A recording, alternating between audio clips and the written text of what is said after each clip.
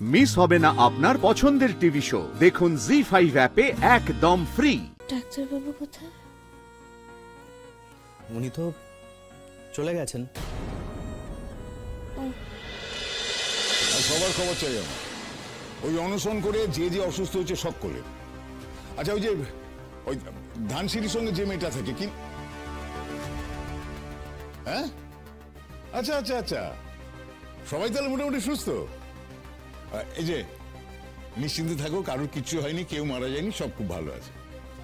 হ্যাঁ শোনো, তুমি আমায় খবর দিতে থাকো কিন্তু। হ্যাঁ হ্যাঁ হ্যাঁ, বিকেলে ফোন করো আমাকে। ওকে ওকে ওকে, যাক এবার তাহলে নিশ্চিন্তে থাকো, যাও, কারোর কিছু হবে না। নিশ্চিন্ত আমাকে করছো না নিজেকে? মানে সত্যি করে বলো তো, কালকের এই ঘটনায় তুমি একটুও ভয় পাওনি? ভয়? আমি?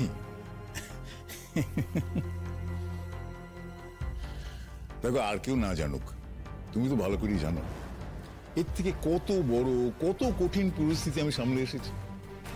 জানি, আর আমি তোমাকেও খুব ভালোভাবে জানি। এর আগে যাই ঘটুক না কেন, দিনে অন্তত 8 কাপ কফি খেতে তোমাকে দেখিনি। একটা কথা শুনে রাখো, এই সায়ন রায় কোনোদিন ভয় পায় না, বুঝেছ? তাহলে তো খোঁজ নিচ্ছ কেন?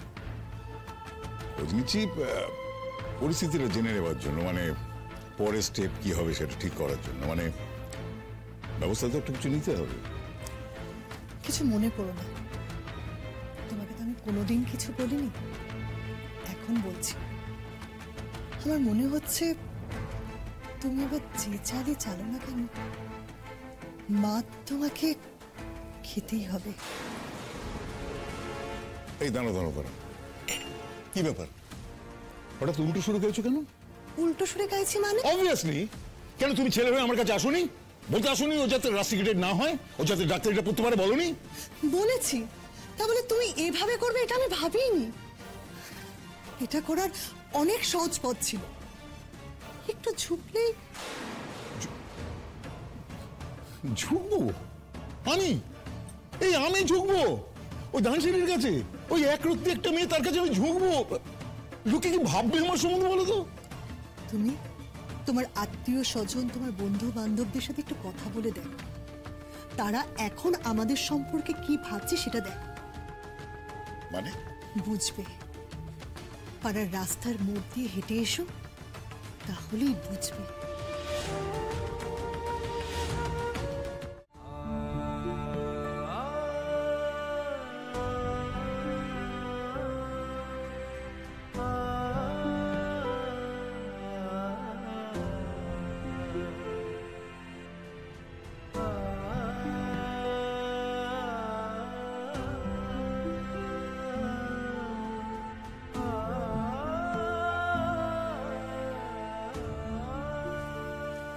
সেন্স তো ফিরেছে ওর।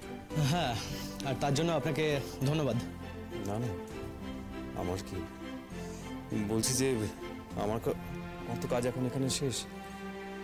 আপনি এবার দায়িত্বটা নিন, আপনার কাজ শুরু তো। শেষ মানে? আপনার কাজ শেষ কেমন করে হলো? দেখুন, ওর অফিসিয়াল ডক্টর তো আপনি, তো আপনি করবেন না? সে তো বটেই, সব স্টুডেন্টরাই আমাদের আন্ডারে। ওরা হকগুলো কেমন আছে? ভালো আছে। ডক্টর দাশগুপ্ত, আমি চাইছিলাম ধানসিঁড়ি ট্রিটমেন্টটা আপনিই করুন, কারণ ধানসিঁড়ি চক্রবর্তীর শরীরের অবস্থা আমার থেকে বেশি ভালো আপনি বুঝবেন, মানে পাস্ট হিস্ট্রি। কারণ আপনি তো আগেও ট্রিটমেন্ট করেছিলেন, আর আপনি নিজে একজন ডাক্তার, সুতরাং আমার মনে হয় ওর ট্রিটমেন্ট সব থেকে ভালো আপনিই করতে পারবেন। দেখুন, ওকে আমি খুব ভালো করে বুঝি বলি আপনাকে কথাটা বলছি। এবার আপনি দায়িত্বটা নিন, আর যদি আপনি ট্রিটমেন্টের কথা বলেন তাহলে আমি আপনাকে বাইরে থেকে বলে যাচ্ছি কি কি করতে হবে। তবে হ্যাঁ, একটা কথা, আপনি কিন্তু ওকে ভুলেও বলবেন না যে আমি এখানে আছি। কেন? না না, এমন কিছু নয়, প্লিজ, এটা আমার রিকোয়েস্ট। ঠিক আছে, আপনি যেটা বলবেন সেটাই হবে। আচ্ছা, আমি ওনাকে গিয়ে একবার দেখে আসি। শিওর।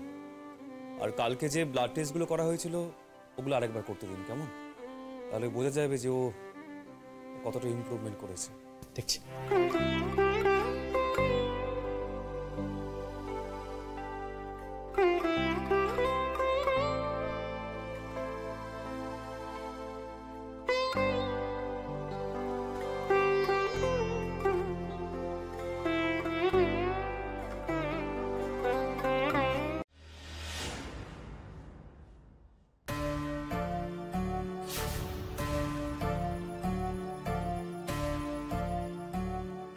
কোনো খবরের কাগজেই আর খবরটা বেরোতে বাকি নেই স্যার।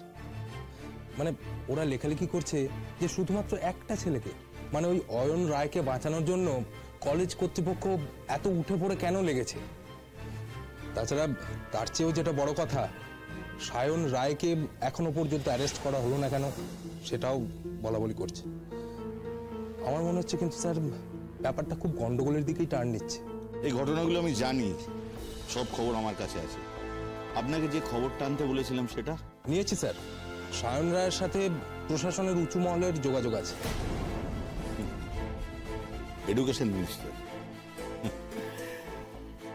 বাচ্চারা কেমন আছে? ভালো আছে স্যার, মানে আগের চেয়ে বেটার আছে।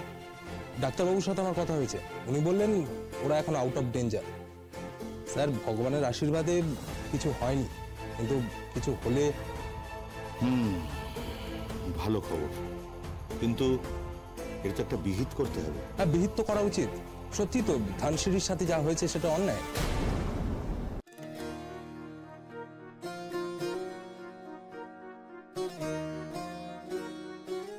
কেমন আছেন?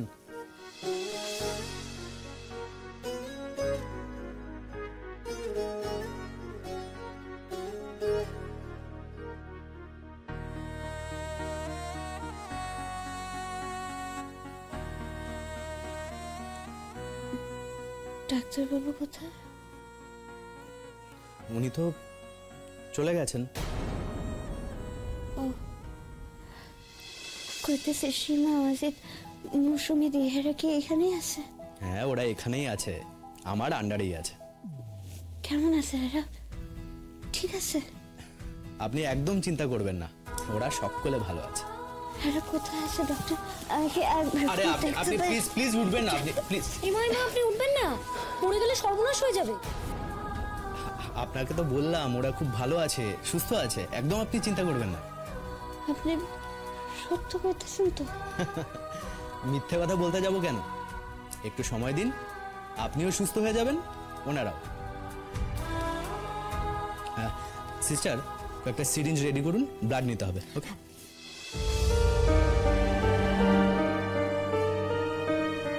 উনি কাল সারা রাত আপনার কাছে বসেছিলেন, আর আপনার।